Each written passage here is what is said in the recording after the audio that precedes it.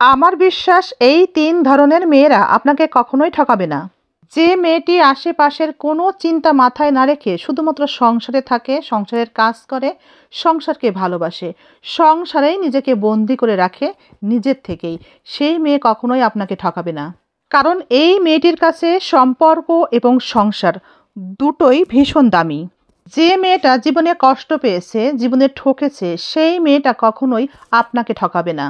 কারণ কষ্ট পাওয়ার যে অনুভূতি সে সম্পর্কে তার জানা, তাই আপনাকে সে কষ্টে কখনোই রাখবে না। ৩ নাম্বার, যে মেয়েটি মানসিকভাবে শান্তিতে থাকতে চায়, মানসিক শান্তি পছন্দ করে, ঝুট ঝামেলা এড়িয়ে চলে, সবসময় ঠান্ডা মস্তিষ্কের, সরল মনের, সেই মেয়েটি আপনাকে কখনোই ঠকাবে না।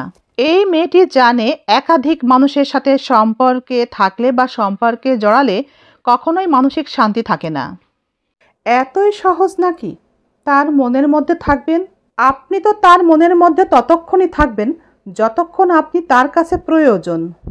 স্বামীর শখ যদি আপনার শখ হয়, স্বামীর পছন্দ যদি আপনার পছন্দ হয়, তবেই দেখবেন স্বামীর প্রতি আপনার ভালোবাসা এবং আপনার প্রতি স্বামীর ভালোবাসা 1000 গুণ বেড়ে গিয়েছে।